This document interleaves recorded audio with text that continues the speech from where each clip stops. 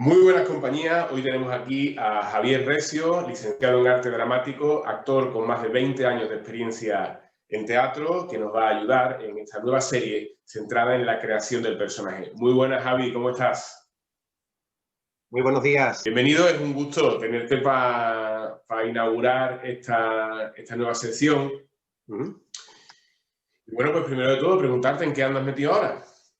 Pues mira, sigo todavía en una compañía que se llama, bueno, le cambiamos el nombre, se llamaba Verbum Theatre Company y ahora se llama Replica Theatre Company. El nombre tiene truco y es porque somos exactamente el mismo elenco de actores los que estamos trabajando en la compañía anterior, componemos las mismas personas, y entonces se llama Replica Theatre Company y seguimos trabajando para, o sea, el proyecto que tenemos es seguir moviendo el teatro en inglés para colegios bilingües. Lo que pasa que, debido a las circunstancias en las que estamos ahora, hemos tenido que detener los ensayos y la propuesta que teníamos para montar una nueva para este año, pues todavía está en el aire. Aparte, tengo algo entre manos con usted. Sí, bueno, eso, esperemos que eso de tengo algo entre manos con usted pueda ser una frase que se dilate muchísimo en el tiempo, porque tengamos una cosa y después otra y después otra. Bien, Javi, pues estas charlas se centran en la creación del personaje, el objetivo es que actores con experiencia nos cuenten cómo lo hacen ellos, ¿vale? Entonces, primero de todo, me gustaría preguntarte, ¿qué es lo primero que tú haces cuando te pasan un guión de una obra de teatro? O sea, que es lo primero que hago cuando ya me pasan el guión. Sí. Bueno, lo primero que haría sería ver si el guión que se pasa es sobre algún fragmento de alguna obra o si ya es la obra completa. Porque si es un fragmento, obviamente corresponde estudiar la obra en su totalidad. Si lo que tengo ya es directamente, no es un montaje con varias escenas de varias obras, sino una sola, pues leerla una vez, leérmela una segunda vez e incluso una tercera, y seguramente ya con la segunda y la tercera ya me ponga con el lápiz a marcar cosas, ¿no? A señalar, principalmente si se me da el guión y ya sé el personaje que voy a tener, en la segunda lectura ya estoy marcando la parte que me corresponde. Quedándome mucho también con el tema de las acotaciones, si se hace algún tipo de descripción física del personaje a lo largo de la obra.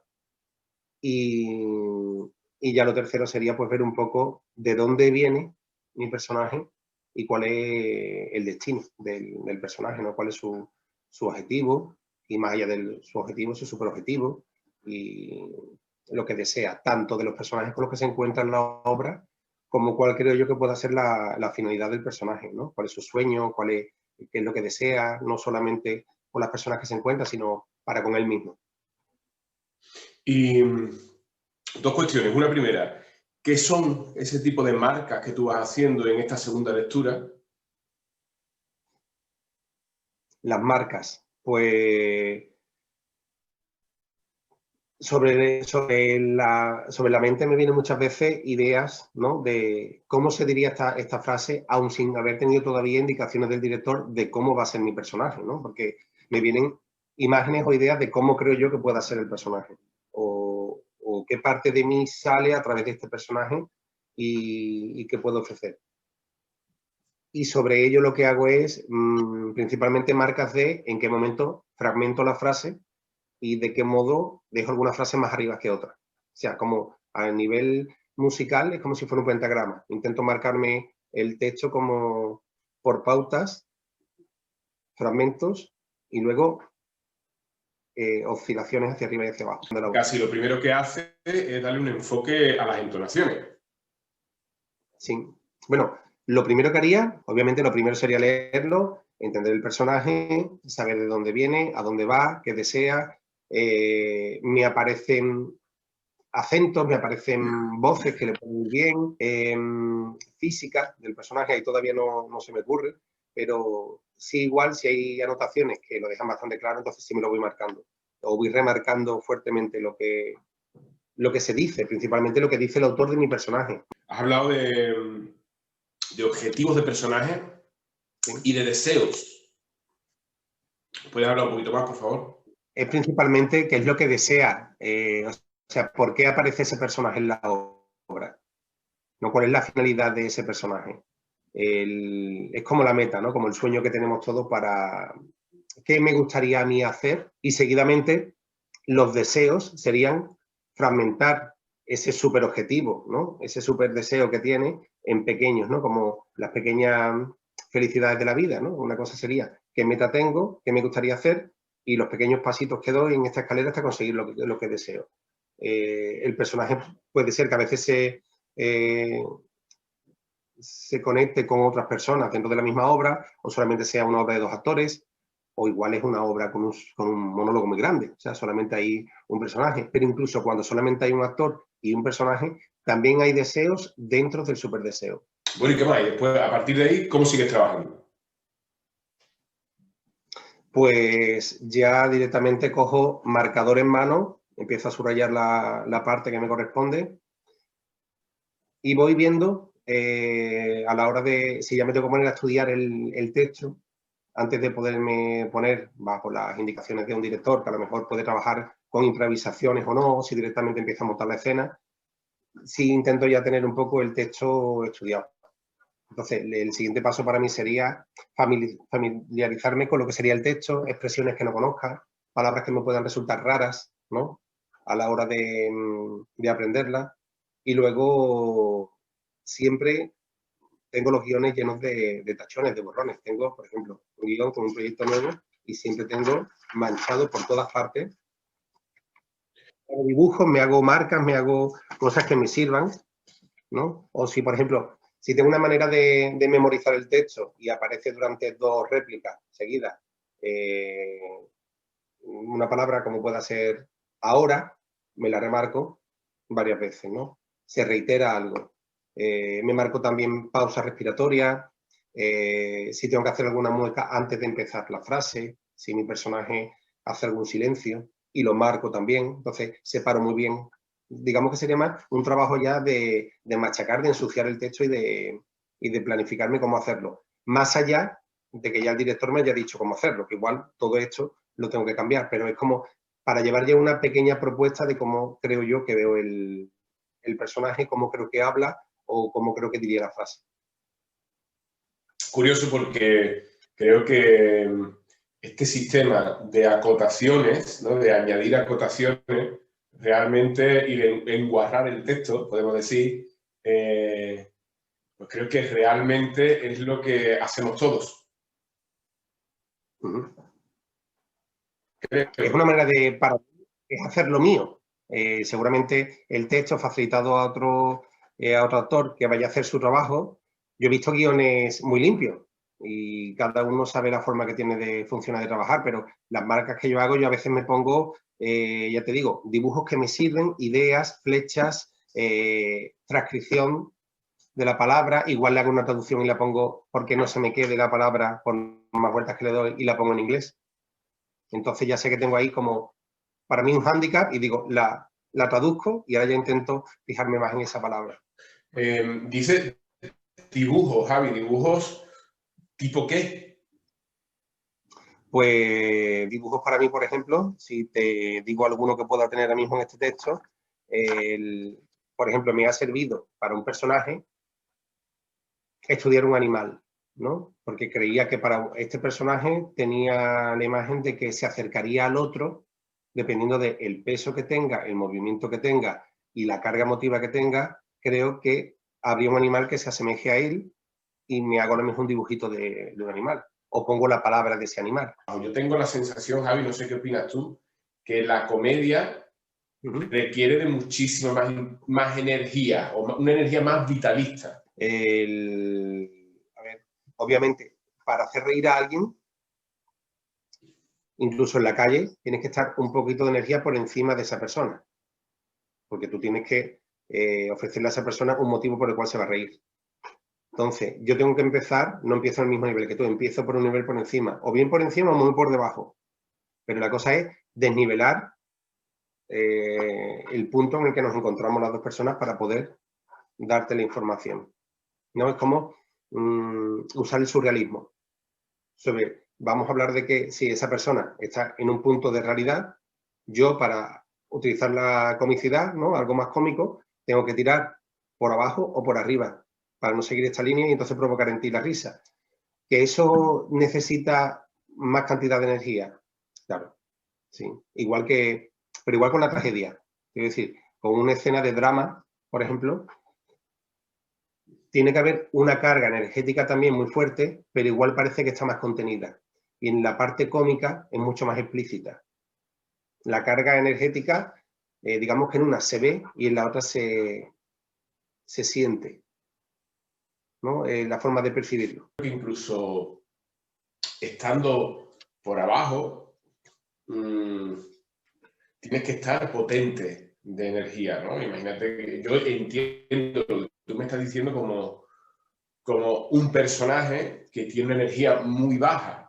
Creo que en ese sentido el actor tiene que estar muy alerta, tiene que estar muy despierto. Yo tengo la sensación de que la comedia requiere mucho más de una parte más minuciosa coreográficamente hablando. No sé si me explico. Sí. A ver, yo diría que la diferencia sería que en los dos géneros, creo que la coreografía está Total. en una mucho más clara y en la otra más intuitiva. En la tragedia rozamos aspectos menos agradables para el ser humano y en la comedia estamos más laxos, más tranquilos y más apachorrados como para dejarnos realmente llevar por lo que la otra persona nos va a decir. En el drama nos cerramos un poco y entonces el actor puede tener la posibilidad y la habilidad de marcar el dedito sobre esa armadura y abrirla y desanclar todo eso. Creo que hay un diálogo totalmente diferente entre el actor y el receptor, el actor y el público, en una comedia que en una tragedia. Porque las herramientas que utilizas tú para llegar son distintas. La energía siempre tiene que estar arriba. Una cosa es que se vea y otra cosa es que se insinúe, pero la energía nunca puede venir abajo. Hay una energía más controlada, más elegante, y la otra es más clara. En la comedia, digamos que la energía se ve venir, y en la tragedia podemos vislumbrar un poco de vez en cuando la energía, pero no es tan claro. Claro, si generalizamos, ciertamente bueno, a mí realmente no me gusta la sobreactuación. Si lo que quiero es que algo me llegue y me roce de algún, no sé, de algún modo ese día para que me despierte algo, ¿no? En mí, como observador. Pero el falsear algo, ¿no? El sobreactuar algo, también se puede utilizar bastante bien en la tragedia si el personaje es sobreactuado. O sea, podemos tener un personaje que, pongamos, ¿no? Su máscara, su manera de mostrarse es que no muestra las emociones. Entonces, cuando muestra las emociones en un momento trágico, lo hace de una manera falsa. Porque no tiene otra manera de mostrar las emociones porque bien, opción A, no lo ha mamado en casa, opción B, sufrió una heridita en algún momento de su vida y esto hizo que esa persona retuviera las emociones, y 3, que supiera que a partir de ese momento imaginase que la vida es un teatro, ¿no? Ejemplo, Sunset Boulevard, ¿no? La forma que tiene de sobreactuar y de llevarlo todo a una forma muy histriónica y muy exagerada para a veces no conectar. Sí, bueno, sí, te lo he dicho en inglés. La manera de intentar no conectar con algunas emociones, pero es que eso también roza con otra parte de la sociedad en la que obviamente hay muchas personas que no quieren rozar ni de lejos con ciertas emociones que le parecen que son desagradables. Entonces, si ese personaje sobreactúa, si ese personaje es falseado, impostado, es de mentira, conecta con otra parte del público que siente las emociones trágicas así también. Fíjate que ahora que has dicho lo de falsear y que estamos hablando de algo que en la base de una formación actoral, pues te dicen que tú tienes que trabajar desde la verdad, ¿no? Sin embargo, pues vengo a referirme a que tú estás hablando ahora mismo de falsear como un recurso. Bueno, te digo, parece que se nos exige a veces a los actores que tenemos que ser muy reales en el escenario. Pero a mí me vale que la persona no sea real, que esa persona no esté sintiendo lo que está haciendo, pero aquí que a mí me llegue. O sea, creo que tenemos estas dos formas de interpretar. Una puede ser más con un método más Stanislavski de siente las emociones, utiliza la memoria sensorial, utiliza las herramientas que tiene, busca esa emoción y échalo fuera. O eres actor, que tienes varios registros ya en ti, que sabes cómo conectar con ciertas cosas, que sabes cómo conectar eso con el público y no te hace falta sentirlo. Me valen las dos, mientras que eso a mí como espectador me llegue. Me va a dar igual si tú estás llorando de verdad o estás llorando de mentira. Si yo lo identifico como un trabajo técnico, limpio y que llega, me parece a lo mejor igual, tan bueno como una persona que se puede desgastar mucho en el escenario, ¿no? Pongamos el ejemplo de una Lola Herrera, ¿no? Con 5 horas con Mario. Yo creo que llega algún momento en el que ella ha sabido llorar de mentira. Porque creo que sería una paliza para tu sistema nervioso y emocional el estar constantemente en un trabajo machacante sobre el escenario por mucha vida que te pueda dar el teatro a ti. Pero o bien te la da o te la quita, pero tenemos que también saber que no deja de ser un gozo, pero también es un trabajo. Y que hay que mirar mucho también por la salud mental y emocional del trabajador, ¿no? De ahí los sindicatos de actores también, además de por los derechos y demás, pero yo creo que es muy importante que tengamos en cuenta que para algunos actores todo vale y yo he llegado al punto con el que me encuentro ahora, igual para mí no vale todo. ¿En qué sentido, Javier? ¿A qué te refieres con que todo vale? A ver, en el sentido de voy a rasgar, voy a rozar, voy a trabajar una emoción porque el personaje lo requiere, voy a machacar, tal. A ver, yo creo que cuando usamos la memoria sensorial, por ejemplo, ¿no? Una de las herramientas para conectar con una emoción y así conectar con un personaje. Normalmente, a través de, por ejemplo, a mí me sirve mucho el sentido del olfato, ¿no? La pituitaria está como conectada de algún modo con los recuerdos y dicen que es el sentido que más emana los recuerdos, que más fácil, más que la vista, más que el gusto, más que el tacto, el olfato es el que más... Entonces yo durante un tiempo estaba utilizando algo, una herramienta que a mí me servía, que tiraba de un recuerdo para soltar una emoción y conectar con algo que a mí me venía bien. Y creo que hasta cierto punto, mientras que tú no tengas que trabajarte algo que posteriormente tengas que tratarlo como una patología, creo que puede ser positivo. Pero hay ciertas heriditas o cosas que te han pasado que tienes que ser consciente de que voy a utilizar esto, en el Javier de hoy día esto no se da, lo estoy utilizando como herramienta, pero no me voy a basar en algo, no me voy a anclar en algo, ni me voy a quedar atrapado en algo, sencillamente porque tire de ese recurso.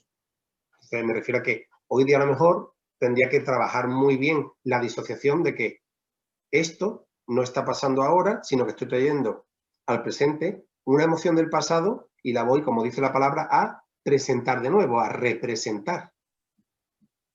Voy a presentar delante de todo el mundo esa emoción que tuve, pero en este contexto de esta obra.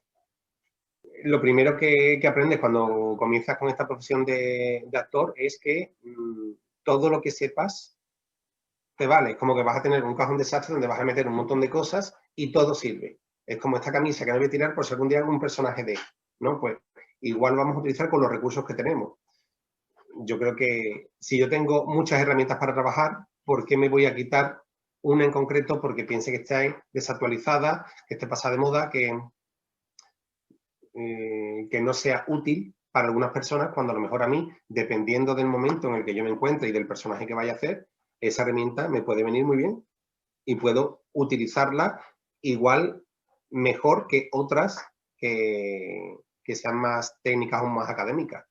Yo creo que cualquier cosa que te pueda acercar a conectar con el personaje, a transmitirlo y a conectar con el público, me parece bueno. Bien, vamos a terminar hasta aquí esta primera parte de la entrevista. Muchísimas gracias a todos y continuamos en una segunda parte. Hasta pronto y mucha mierda.